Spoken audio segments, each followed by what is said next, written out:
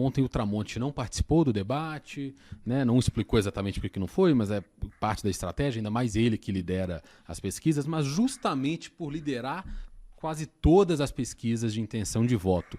Não está faltando esforço dos outros candidatos de tentar desconstruir o Tramonte? Ontem eu quase não ouvi, praticamente não ouvi o nome dele no debate, mesmo ausente e tudo. O Gabriel fez algumas observações, por isso atacou que o Tramonte. O Gabriel chegou a falar que o Tramonte falta muito à Assembleia, deixa de votar, que é um apresentador de televisão que foca mais na TV do que no papel dele enquanto deputado estadual. Mas, assim, foram passagens muito... uma questão en passant mesmo, né? Assim, só citou e seguiu o jogo. E até entrando também nas estratégias de redes sociais, entrando nas estratégias de inserções na televisão, não está faltando ainda as campanhas, uma tentativa ali de atacar o Mauro Tramonte? Ele está tão disparado na frente. É uma questão que me chama muito a atenção. Por que vocês acham que acontece isso? Eu tenho mais dúvidas do que certezas nesse caso, porque eu tenho a impressão de que ninguém sabe exatamente como tratar o fenômeno Mauro Tramonte até agora. Porque, bom, quando você olha na estratificação do eleitorado, ele ainda tem eleitorados do presidente Lula e do ex-presidente Jair Bolsonaro. E ainda tem a capacidade de ter dois, eu vou chamar de padrinhos políticos nesse momento, Zema e Alexandre Calil, que também transitam nesses públicos. Então eu acho que as campanhas estão em dúvida exatamente sobre o que fazer. E aí, se eu chamá-lo demais de lulista, faz efeito? Se eu chamá-lo demais de bolsonarista, faz efeito? Uma desconstrução pública própria, né, de dizer, a figura Mauro Tramonte. Eu tenho muito mais impressão de que ele é uma folha em branco para o eleitorado do que qualquer outra coisa. E como é que se faz para fazer uma campanha desconstruindo alguém que é uma folha em branco? Né? O que Mauro Tramonte pensa a respeito de aborto? O que Mauro Tramonte pensa a respeito do contrato de ônibus? Ok, a gente sabe já por algumas entrevistas o que ele diz. Vamos esperar, avaliar lá na frente o que vai dizer. O que não resolve e não explica muita coisa sobre o que é a proposta. O que Mauro Tramonte pensa sobre PPPs? Ele é favorável? Ele quer fazer mais? Quer fazer menos? Ele é uma folha em branco. Então eu tenho a impressão, Ragazzi, que há uma dificuldade muito objetiva de encontrar um flanco de desconstrução. Como rotular ele? Como rotular? Eu vou chamá-lo de quê, exatamente? E esse esforço tem sido feito por Gabriel Azevedo. Porque essa menção que o Peixoto fez e que você também ressaltou, sobre falar sobre o trabalho dele na Assembleia. Bom, nós que acompanhamos política há algum tempo, há quanto tempo a gente ouve exatamente isso nos bastidores, dizendo assim, o Tramonte era isso, né? Mas quantos efetivamente foram à TV, ao rádio ou no debate público apresentar isso? Pouquíssimos. Pois pouquíssimos. Eu acho que é uma atuação na Assembleia tão discreta que é difícil você apontar pontos positivos, mas é muito mais difícil você apontar pontos negativos. Porque aí eu vou trazer aquilo que eu já trouxe em outros episódios. Mauro Tramonte tem uma atuação muito focada em cultura e gastronomia.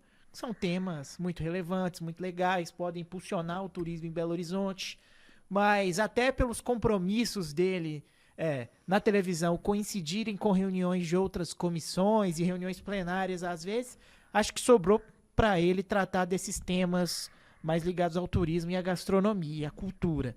Fica difícil você apontar momentos em que o Tramonte se omitiu ou que o Tramonte falhou na atuação. Porque o Tramonte votou contra um benefício tal para a categoria X. Não sei. Como que ele se posicionou nesse debate? É até difícil, né? A gente que acompanha a Assembleia há muitos anos, desde o início que o Tramonte foi eleito em 2018, é até difícil falar um minuto do mandato dele, né? Assim, pouquíssimos destaques para o bem e para o mal, vamos colocar assim, né? Mas uma coisa que eu acho interessante foi, e eu acho que isso é resultado também do próprio mandato dele, do próprio perfil dele enquanto deputado estadual. Ele, em 2018, foi o deputado estadual mais votado de Minas Gerais, disparado. E essa votação dele despencou em 2022 para a reeleição. Foi reeleito, sem sustos, beleza, mas ele perdeu mais da metade dos votos dele, né? Enquanto deputado estadual. Aí você tem um fator, o próprio Bruno Engler em dobradia com o Nicolas, que foram tratores nas urnas. Tem o fator ali de uma polarização ainda maior com a presença do Lula a nível nacional e que isso refletiu nas urnas em 2022. E ele nunca se colocou como alguém nem de direita nem de esquerda, né? Perfeito, exatamente. Mas assim, ele também foi uma campanha muito naquela Foi do de apresentador, administrar, de né? administrar, né? Assim, uma coisa é tentar ser sem sustos. Mas objetivamente, Ragazzi, você tem razão no ponto, na sua inquietação. Bom, o que as demais campanhas vão fazer então? Vai todo mundo ficar olhando e dizer, olha, é isso aí. Realmente, prossiga. É isso aí, então o senhor prossiga até Afonso Pena 1212 e tá tudo certo, né? Eu, se sou o marqueteiro dessas campanhas, eu estaria absolutamente incomodado de não ter uma alternativa muito viável, ainda mais num cenário em que o prefeito não tem se mostrado um adversário tão combativo, ou aquele que você vai o tempo todo nos debates mirar nele, né? Como acontece em São Paulo. Você vai aos debates, até um outro momento, até algumas semanas, todo mundo estava mirando o Ricardo Nunes para dizer, aqui, vamos lá, vamos pancada no Nunes, pancada no Nunes. É subprefeitura, é problemas com crack, é problema com PCC, é contrato de ônibus. Quer dizer, ele era o alvo principal. Bananinha. O Bananinha e tudo mais o que entrou aí nessa roda. O caso do prefeito Ford não é exatamente esse, né? A gente está vendo que ele não tem e não parece ter, talvez por Gabriel Azevedo, por um ou outro que vai o criticar, até pelo próprio Mauro Tramonte, não faz críticas duras ao prefeito, né? Nem não faz sentido para a estratégia do Mauro, né? Que eu acho que ele quer passar a estratégia de que vai ser o gerentão da cidade, e para ser o gerentão não faz sentido você criticar quem está apostando em apresentar obras. E tem um mote que eu acho que é muito bem pensado, e eu fiz a minha dissertação de mestrado teve a ver com isso, e eu acho que o Belo Horizontino, até pelas gestões anteriores que teve, pelos programas sociais, pelas políticas públicas que foram criadas na cidade, esse mote que é utilizado já foi utilizado por Alexandre Calil, mas começou a ser usado por Leonardo Quintão, foi utilizado por Patrus Ananias, por Célio de Castro. Essa ideia de dizer, vou cuidar de pessoas, ela me parece ter muita conexão com o que o Belo Horizontino, ou uma parte dele, queira ouvir.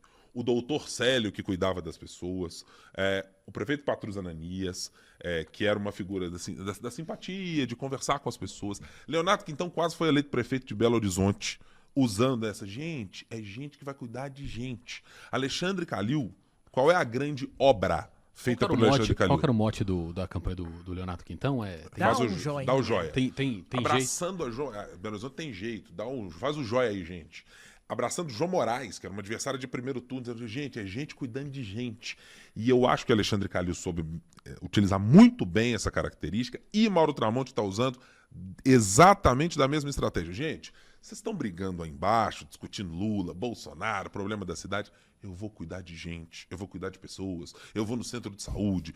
Eu acho que ele está usando sobejamente essa estratégia, e ela me parece que historicamente, para um eleitor de Belo Horizonte, pode ter mudado seu perfil, se tornou um eleitor mais jovem, mas eu acho que ela ainda está criando um fator muito importante para quem está na frente. E acho que para quem está na televisão todos os dias apontando os problemas, né, mostrando, isso faz muito sentido, né? Eu tô lá todo dia no meu programa mostrando, então eu sei onde está o problema. E agora eu vou cuidar de você.